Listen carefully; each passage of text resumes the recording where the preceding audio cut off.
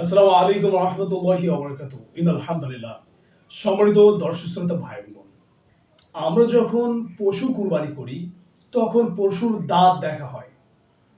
পশুর যদি দাঁত না ওঠে তাহলে সেক্ষেত্রে পশু কুরবানি করা সহি হবে কিনা। সম্মানিত দর্শক শ্রোতা, কুরবানি সহি হওয়ার জন্য কুরবানির প্রাণীর বয়স পূর্ণ হওয়া শর্ত। গরুর ক্ষেত্রে 2 বছর পূর্ণ হওয়া শর্ত, ছাগলের ক্ষেত্রে 1 বছর বয়স পূর্ণ হওয়া শর্ত। তবে প্রাণীগুলোর যদি বয়স পূর্ণ হওয়ার পর দাঁত না ওঠে তাহলে সেক্ষেত্রে অসুবিধা নাই, কুরবানি সহি হয়ে যাবে। ফতোয়ে হাক্কানিয়া ষষ্ঠ খণ্ড 481 নম্বর পৃষ্ঠা, ফতোয়ায়ে রাহিমিয়া দশম খণ্ড 50 নম্বর পৃষ্ঠা। সম্মানিত দর্শক শ্রোতা, আমি ভিডিও জুড়েছিলাম আবু ওবায়দা বিন ইউসুফ।